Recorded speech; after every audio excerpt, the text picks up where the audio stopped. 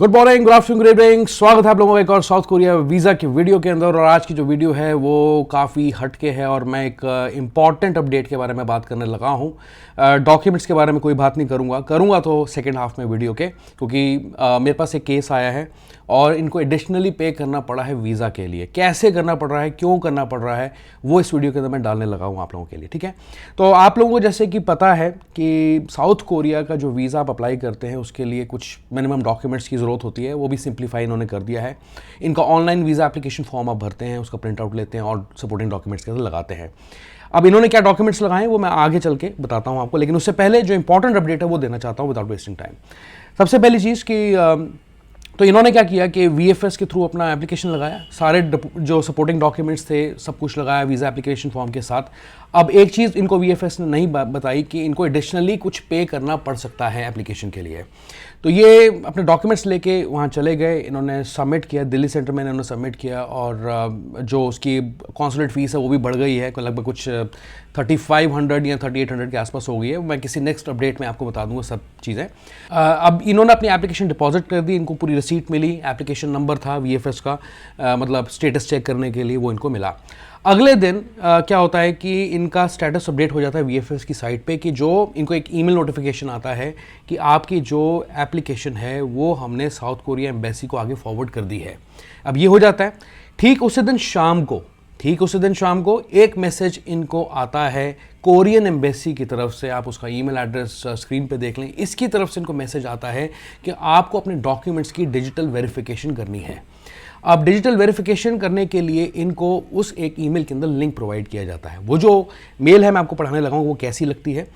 तो dear so and so, उनका application number दिया, उनका नाम दिया है, नीचे लिखा thank you for submitting your application to embassy for republic of Korean visa. In line with our updated process, we kindly request you to undergo digital verification of your documents through our web verification portal. To proceed, please have your income tax return, ITR and original bank statement ready and click on the link provided below.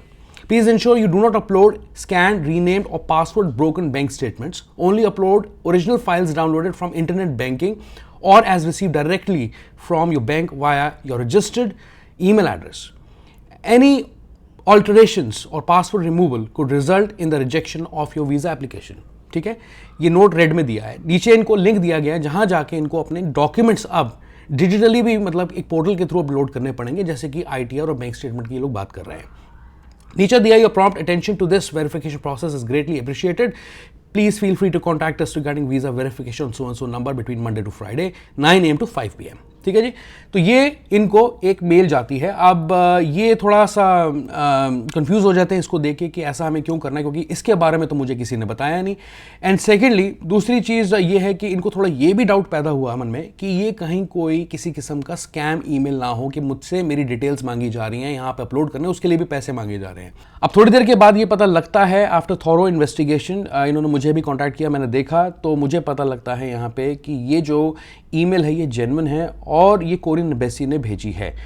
तो अब ये क्या करते हैं, इस link पे click करते हैं, इनके सामने DU डिजिटल ग्लोबल का एक लिंक पेज खुल के आता है जो कि इनसे स्ट्रेट फॉरवर्ड $10 मांगता है for digital verification of his documents. DU digital जो है ये एक वीज़ा सर्विस कंपनी है जो कि अभी रिसेंटली इन्होंने इंडिया में ऑपरेशंस अपने स्टार्ट किए हैं। वैसे 15, 16, 17 साल से ये UAE में ऑपरेट कर रहे हैं, यानी कि UAE में इनके जो मेन हेडक्वार्टर्स दिए हुए हैं। तो ये जो पूरा प्रोसेस है डिजिटल वेरिफिकेशन का, जो मुझे देख के पता लग रहा है इनकी एप्लीकेशन के थ्रू कि इन्होंने आउटसोर्स कर दिया DU डिजिटल ग्लोबल को, कोरियन एम्बेसी ने किया है। ठीक है, अब क्या होता है कि जब ये इस लिंक पे क्लिक करते हैं ना, तो जब इनसे पेमेंट मांगी जाती है, आगे क्लिक करते हैं तो इनके पास 2 सेक्शंस आते हैं। पहले इनको अपनी इनकम टैक्स जो है अपलोड करनी होती है। इसमें दिया भी है फॉर एप्लीकेंट का नाम, income tax return is required, इनका first name, surname, gender, date of birth जो है इनकी जो एप्लीकेशन इन्होंने सबमिट की उससे डिटेल्स फेच कर ली हैं। नीचे अगर आप देखें तो लिंक इनकम टैक्स रिटर्न्स, तो यहाँ पे पहले एक लिंक आ रहा था जिस पे क्लिक करके इनका जो इनकम टैक्स का पोर्टल है ई-फाइलिंग का वो खुल जाता है। उसमें ये अपना पैन कार्ड और पासवर्ड डालते हैं। वो डायरेक्टली क्या होता है कि ऑटोमेटिकली इस साइट के साथ, इस DU वेरीफाई साइट के साथ लिंक हो जाता है। तो नीचे इनको एक मैसेज आ रहा है, your ITR is successfully linked, click here to remove it, अगर इनको हटाने की ज़रूरत है।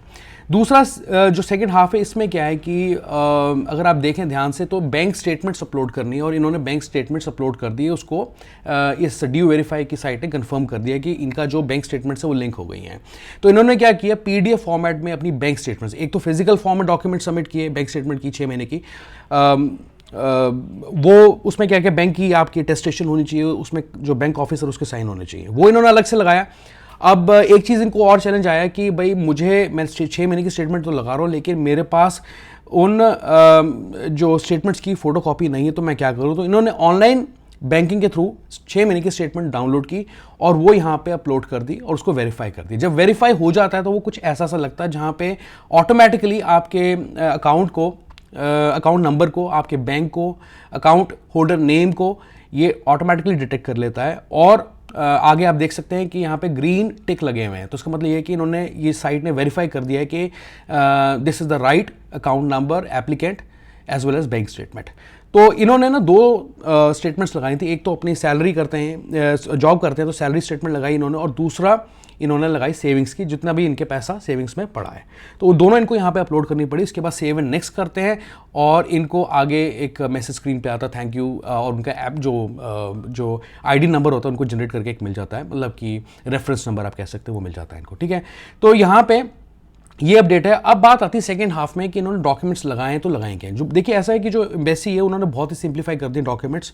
जो एयर टिकट्स हैं, होटल रिजर्वेशन है, उनकी जरूरत नहीं है। लेकिन अगर मैं होटल रिजर्वेशन की 1 मिनट के लिए बात करूं तो जब आप ऑनलाइन वीजा एप्लीकेशन फॉर्म इनका भरते हैं, उस पर डेडिकेटेड वीडियो आने वाली है, जब भरते हैं तो उसमें जो होटल की डिटेल्स है वो मैंडेटरी फील्ड है। तो उसमें क्या है कि आप किसी भी पे नाउ पे लेटर का ऑप्शन चूज करके होटल की डिटेल्स लेके डाल सकते हो और उस वाउचर को डाउनलोड भी कर लेना। वैसे तो होटल बुकिंग्स नहीं मांगी है, लेकिन अगर एप्लीकेशन फॉर्म में वो मैंडेटरी फील्ड है तो आप एक उसी का एक वाउचर का प्रिंट आउट लगा के अपने फिजिकल डॉक्यूमेंट्स के साथ होटल बुकिंग्स दिखा सकते हैं। वैसे एयर रिजर्वेशन की जरूरत बिल्कुल नहीं है यहाँ पे, ठीक है। दूसरी चीज़ उन्होंने लगाई बैंक स्टेटमेंट, जैसे कि मैंने बताया सैलरी और सेविंग्स की लगाई है, वो लगाई इन्होंने।